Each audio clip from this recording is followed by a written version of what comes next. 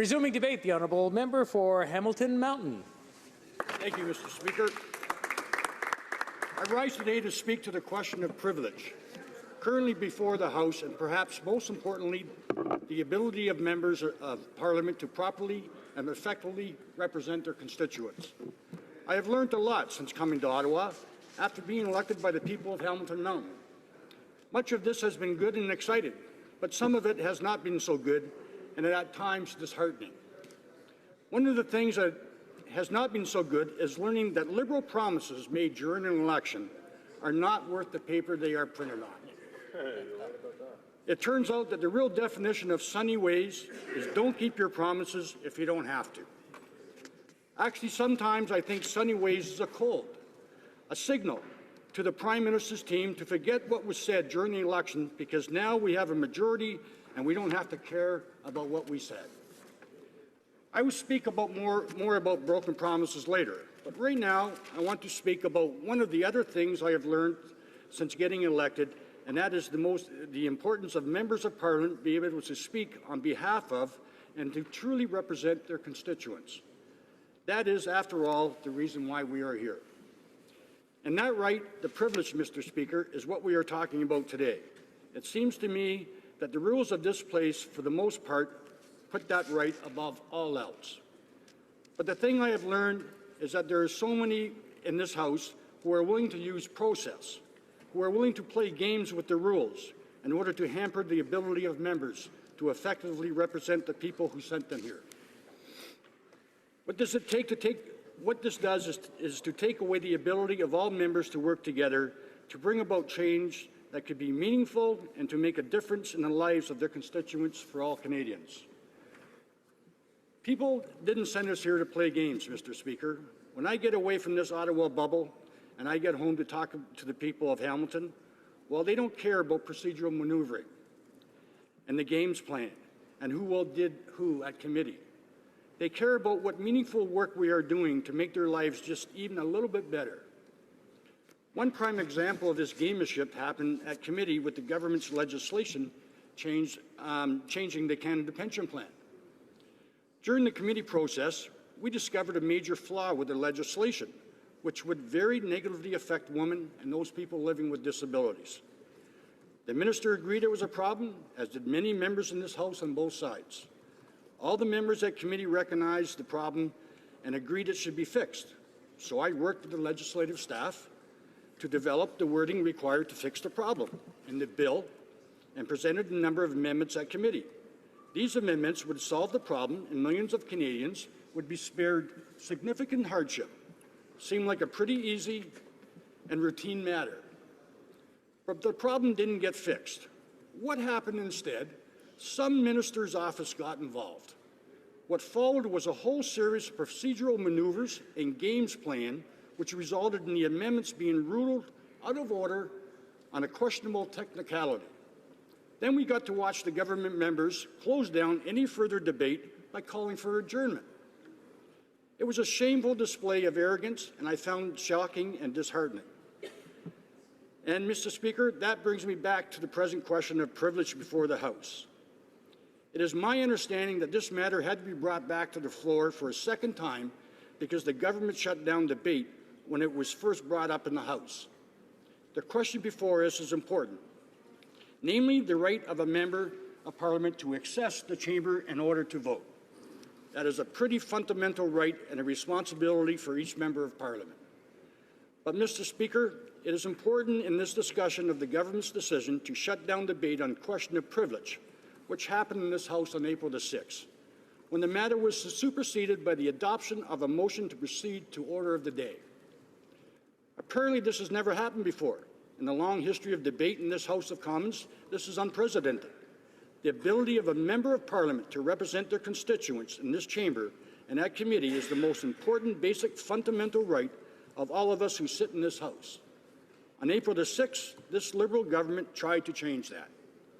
This question is not just a debate about a member's access to the House, the Hill of the House. It is also a question about a majority government's decision to take away the rights of members of Parliament and their constituents simply so they can push through their own agenda. And, Mr. Speaker, From a party that promised during the election to make government more open, accessible, and accountable to the people. This from a party which promised to end the practices of a previous government that prevented the meaningful participation of members of Parliament. This from a party which promised to restore the integrity of the institution and the ability of members to represent their constituents. As with many of the government election promises, we got something totally different. But, Mr. Speaker, I guess we should not be surprised about another broken promise from this government. I do not have time here to actually address all of them. But the promise they made to 20,000 pensioners and former Stelco employees is a good example. When the current Prime Minister visited Hamilton during the last election, he said, income security for retirees across Canada is extremely concerning to us, and also said that the U.S. steel mess, unfortunately, we have a government that over the past years seems to have made decisions around foreign investment based on case-by-case, back-of-the-napkin political concerns rather than what truly is in the best interests of Canadians. That's what the Prime Minister said. His candidates at the last event detailed the Liberal position. A Liberal government would use all legal tools at its disposal to ensure that U.S. Steel lives up to all of its obligations, whether that be full pension rights, benefits, or providing the employment in Hamilton that is promised to do. That, according to Flamborough-Glanbrook Liberal candidate Jennifer Stebbett. The candidate and present member of the Hamilton East Stony Creek is quoted that day saying, "The Conservative record on standing up for Canadians' work is abysmal. This government's lack of action to protect pensioners in the statutory review of the Bankruptcy and Insolvency Act and the Company's Creditors Arrangements Act was completely unacceptable, and yet another example of them ignoring the concerns of Canadian pensioners. Unlike the Harper Conservatives, Liberals believe in the principle that employers must honour the commitments made to retirees, and the pensioners must be included in any consultation and planning process to make changes in their existing plans. We have a collective legacy of valuing the long-term pension securities of Canadians, a belief upheld in both word and deed." Well, Mr. Speaker, after the election, the Liberal government has done nothing with the mess of U.S. Steel Stelco or for the workers and pensioners who are facing hardship as a result. In a year and a half, they have said and done nothing. And, Mr. Speaker, this also includes Essex up in Sault Ste. Marie. Nothing has been done to help those people going through the same hardships that the people in Hamilton are. So we talk about a government with an abysmal record. They should take a good look at themselves. But, Mr. Speaker, this is not just another broken promise from a government with a long list of broken promises. We should not be surprised as the government is trying to unilaterally ram through changes in how the House of Commons works instead of working with all members to develop a consensus on those changes. And I just want to highlight some of the things that was addressed to this House today. And we talk about they want to put time allocation in now, something that this government was been so critical of the previous government and said at election time that they were going to fix this. Now they are saying today, we're going to change our promise. We're going to use time allocation even more. Another broken promise they did. Electoral reform. Another broken promise. When would they ever live up to something that they agreed to, what they said to the Canadians? I know in Hamilton, they are expressing frustration, and they basically want me to use some kind of steelworker language in here to tell you where to go, but I know I can't do it. So fuddle-duddle. But one of the things I was really shocked today, Mr. Speaker, it says, however, Chagar warns in her letter, the House Leader warns in her letter that without those reforms, the government would be forced instead to impose time allocation to limit debate and get legislation passed. Canadians elected us to deliver an ambitious agenda, so it is with regret, with full transparency, that I want to inform you that under the circumstances, the government will need to use time allocation more often in order to implement the real change we promise. It should say to implement the promises that we are changing now. Not what you promised them, because you haven't All the promises you did, you're reneging on them. Another point that you've mentioned, and I don't know why this was even a proposal that you brought through for the reforms, is that including having the Prime Minister answer all queries in one question period each week, okay, that is unbelievable. That can happen now. You don't need our permission. You don't need anybody's permission. Just go do it.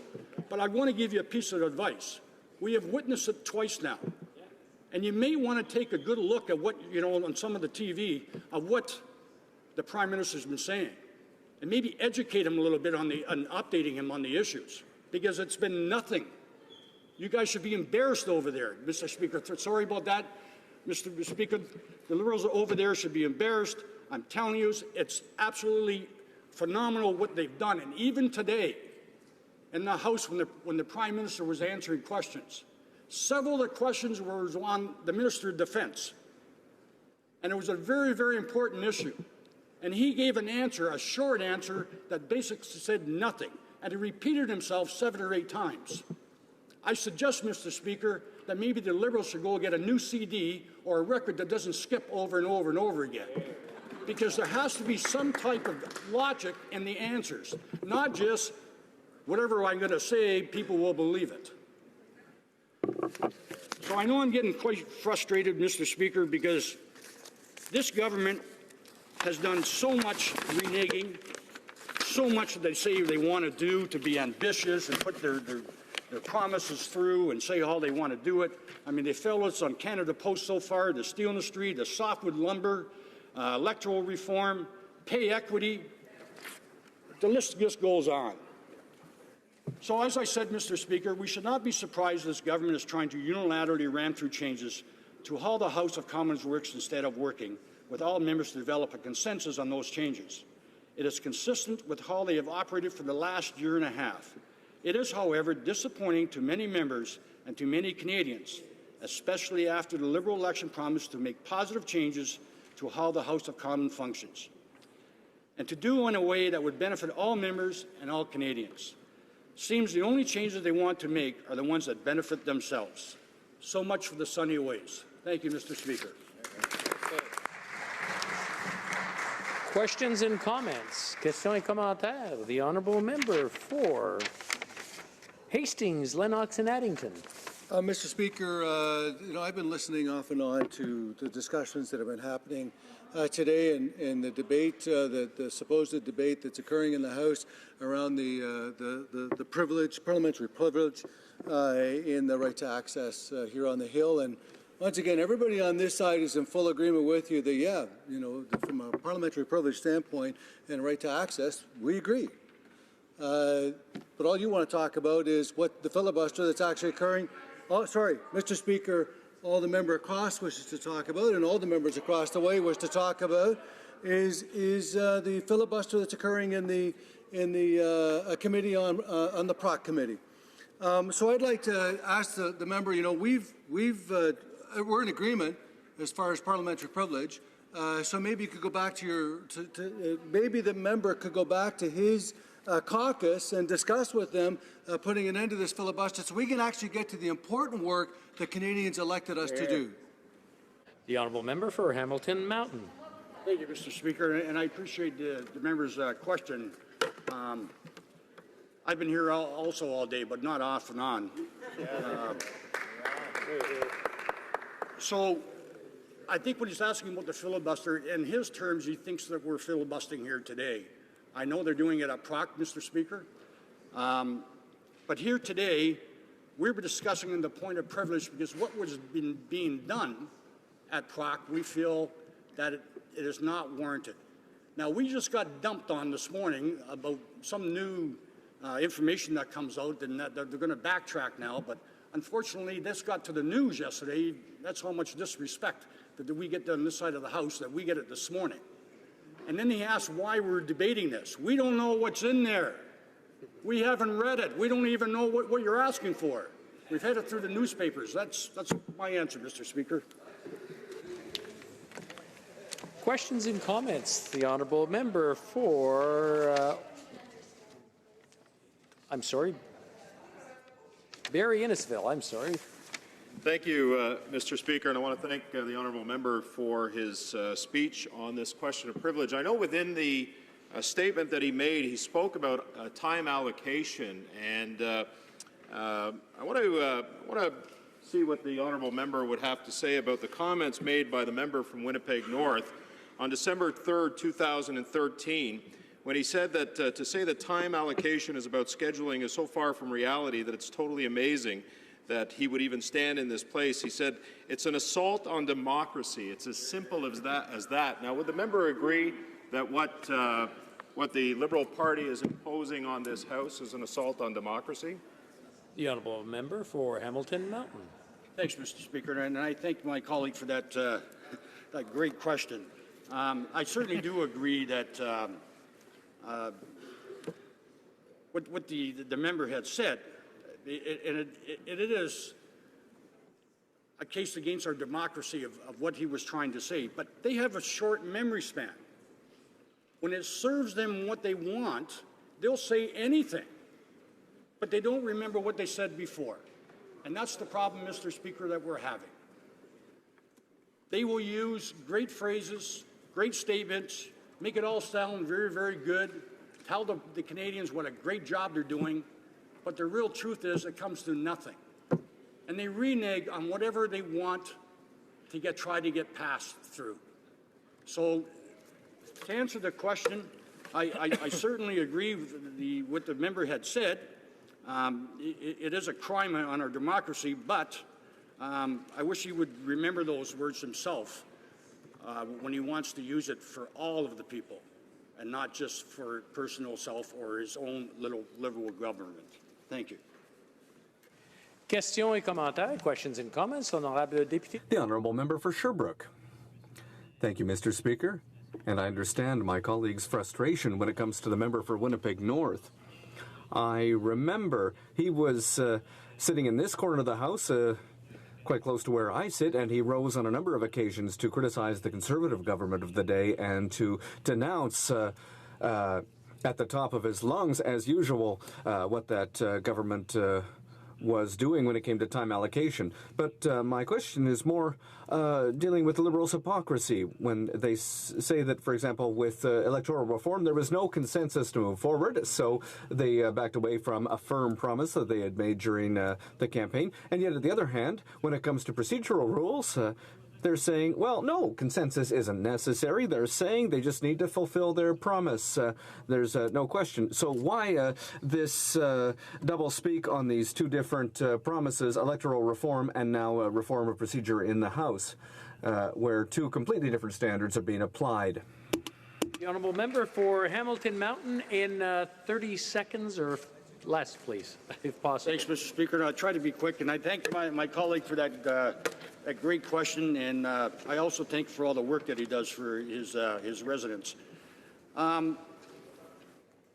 It was a good question of why are we now saying, or the Liberals are saying that they don't need consensus when it came to electoral reform, or they couldn't get consensus, but now they need consensus on the other side.